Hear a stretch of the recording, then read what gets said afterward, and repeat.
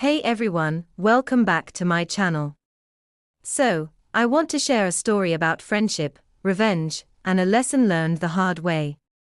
This is about me and my university best friend, let's call her Anya. We do everything together, from attending boring lectures to surviving on cheap cafeteria food.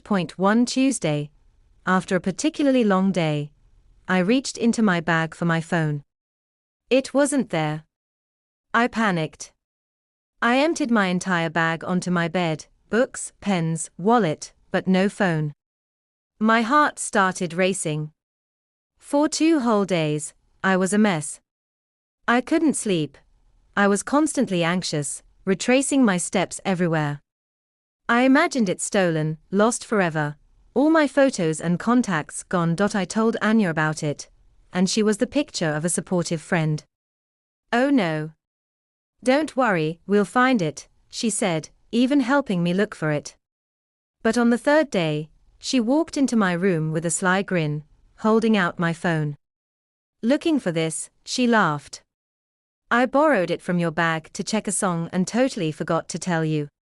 I was so relieved to have it back, but that relief quickly turned into pure, unadulterated fury.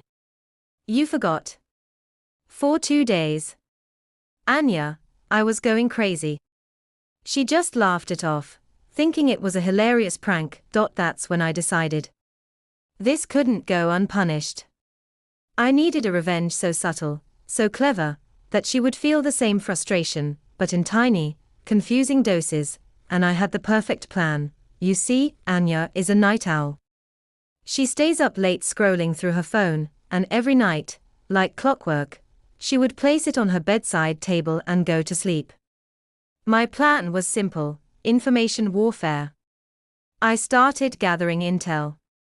I found out which mobile network she used, and I memorized her phone number from an old project file.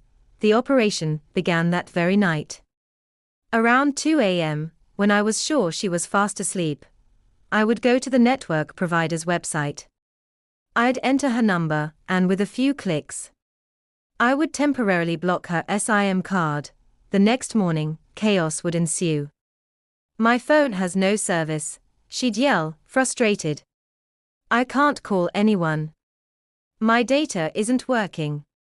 She'd spend the entire morning running to the customer service center at the university gate to get it unblocked, convinced it was some network glitch. And I was the picture of innocence. That's so weird, Anya. Maybe it's the weather. I'd suggest, hiding my smile behind a textbook. I did this every single night for a week. Every night, her SIM got blocked. Every morning, she had to go through the hassle of getting it reactivated. The frustration on her face was my daily dose of satisfaction. She was living in a world of constant, minor inconvenience, just like I had for those 2 long days. Finally, after a week, I confessed. I couldn't hold it in anymore. I told her everything. At first, she was shocked, then she was angry, and then, she started laughing. A real, genuine laugh. She finally understood the genius, and the madness, of my revenge. We called a truce. No more phone pranks. Ever. We are still university fellows and best friends, but now with a silent agreement. Our belongings, especially our phones, are strictly off limits for pranks. So, what do you think? Was my revenge justified? Let me know in the comments below if you've ever pulled off a clever revenge on a friend. Don't forget to like and subscribe for more stories from my university life. Bye.